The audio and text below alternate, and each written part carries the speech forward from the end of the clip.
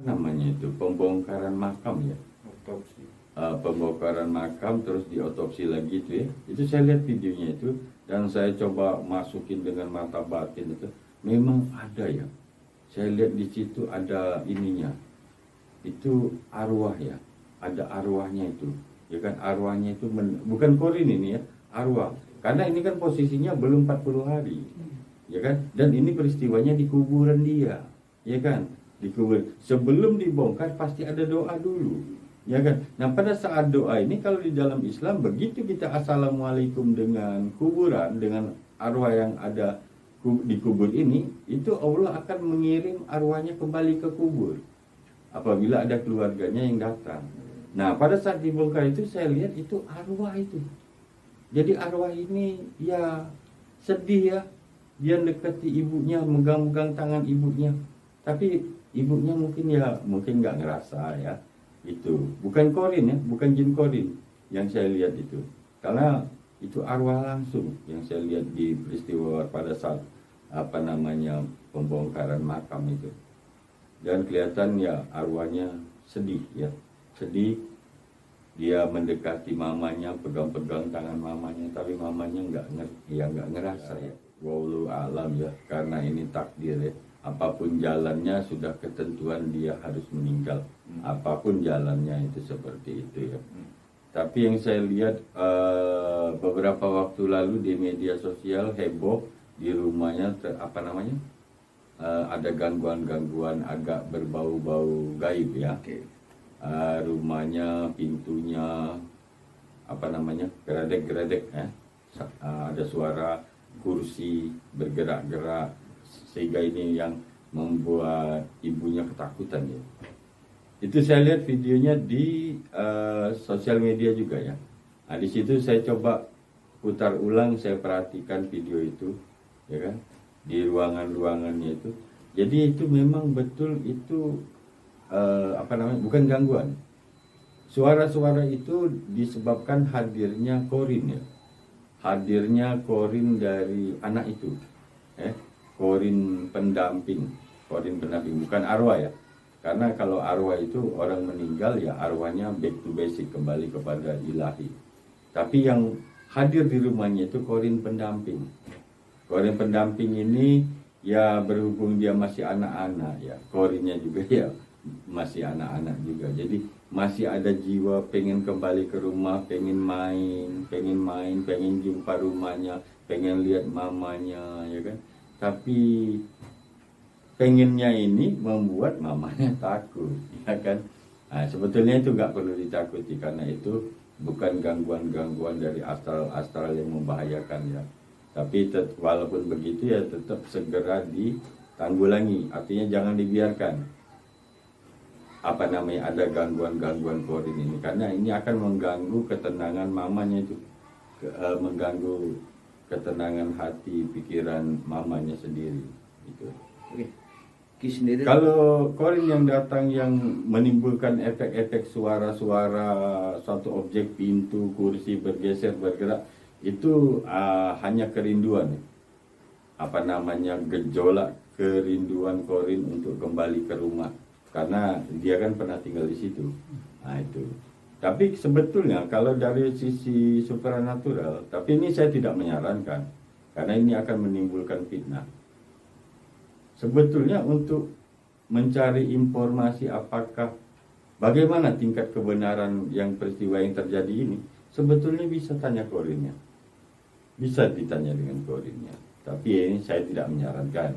Saya hanya menceritakan pengalaman-pengalaman bagaimana berhubungan dengan korin-korin manusia ya.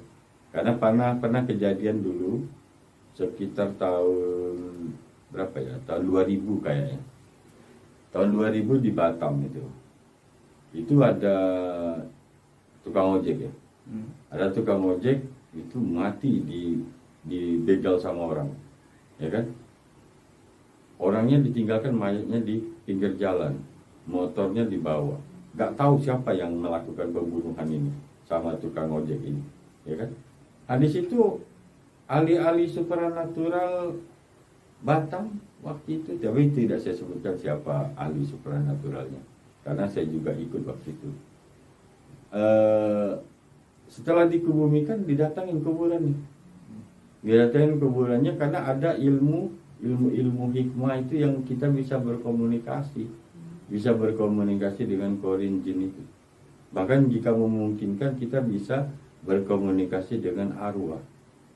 Tapi sebagian nanti kalau saya bicara begini, mulailah yang Islam aliran yang lain ini mengatakan, oh itu bid'ah, itu syirik, itu apa, itu aliran sesat, itu bicara dengan arwah. Jangan terlalu cepat memvonis bid'ah, cari tahu dulu ilmunya itu, ya, baru tahu, karena masih banyak sekali ilmu-ilmu yang kita tidak tahu. Nah, ini dulu komunikasi dengan korin, ini detail sekali. Alamatnya ini yang membunuhnya si Anu sekarang saat ini ada di jalan itu, rumah itu warnanya biru. Langsung bergerak semua. Mungkin kalau peristiwa-peristiwa Batam tahun-tahun 2000 itu mungkin ada yang tahu. Dapat itu 4 orang, 3 orang dapat, 1 orang lolos. Ditangkap sama kelompok ini tadi, kelompok ojek ini tuh. Dapat pelakunya. Tapi saya tidak menyarankan karena tidak bisa dijadikan bukti, ya, karena ini melalui proses supranatural, karena ini kasusnya sudah dianggap di tangan pihak yang berwajib, ya, untuk penyelidikan kasus ini. Ya, secara pribadi saya akan mengatakan ya serahkan kepada yang berwajib saja, yang bertanggung jawab untuk mengurus masalah ini, ya kan. Tapi kalau secara akal sehat itu kolam renang bukan kuburan. Ya, kolam renang itu bukan kuburan. Maksud saya begini, kolam renang itu suasananya rame. Pasti ada orang-orang lain di lingkungan swimming pool itu kan, di lingkungan kolam renang itu kan. Kalaupun si A atau si B ini mau berniat jahat, terlalu nekat. Betul itu kata saya, terlalu nekat. Gitu. Orang di bis kota aja, orang nyopet aja walaupun tengah rapi dia harus pelan-pelan. Ya kan? Tapi ini tempat terbuka seperti itu bukan nyopet, kalaupun mungkin diduga terjadi tindak kriminal, ya. Tapi terlalu nekat bagi saya. Orang yang kalau melakukan itu terlalu nekat karena tempatnya ramai. Dan kalau saya lihat di video yang ditayangkan di beberapa medsos itu, di pinggir kolam renang itu ada lagi satu anak perempuan duduk, kan? Di depan, entah siapa ini anak perempuan ini, saya nggak ngerti siapa ini. Di depan anak ini, ya kan, terlalu nekat itu. Artinya mungkin kalau bahasa kita setan, betul. Nah, kita bicara setan. Apakah? Iya, menebak seperti itu. Ini sudah pasti dirasuki, digoda sama si Honnas, ya. Digoda sama Honnas namanya. Ada di dalam diri manusia itu ada jin yang namanya Honnas. Honnas ini yang menggoda, yang membisikkan was-was, yang menyuruh berbuat yang kurang baik itu. Itu kalau di Qul a'udzu birabbinas itu minal jinnah itu ada Honnas katanya kan itu.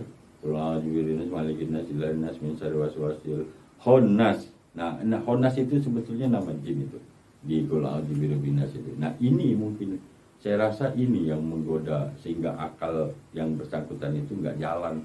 Nggak tahu itu rame. Kalau akal normal itu nggak akan berani tempat rame seperti itu. Tapi ya wallahu a'lam seperti itu. Ada motif tertentu? Ya banyak sekali. Kalau kita mau cari motif, ya banyak sekali. Mungkin karena faktor X, faktor Y, faktor Z, itu bisa jadi. Seperti kasus yang kemarin sudah divonis salah, ternyata sekarang yang salah bukan si A, ternyata ada si C yang salah.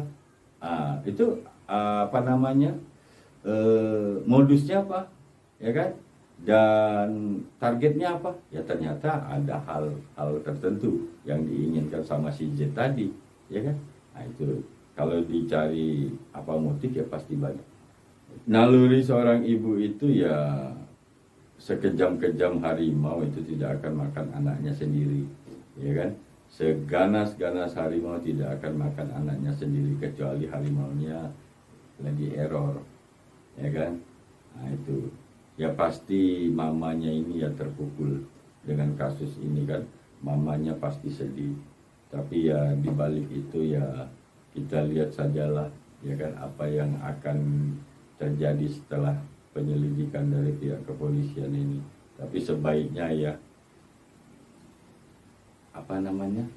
kooperatif aja lah sama polisi, kooperatif dengan pihak penyidik, udah aman. Jangan terlalu berbelit-belit, jangan menutup-nutupi seperti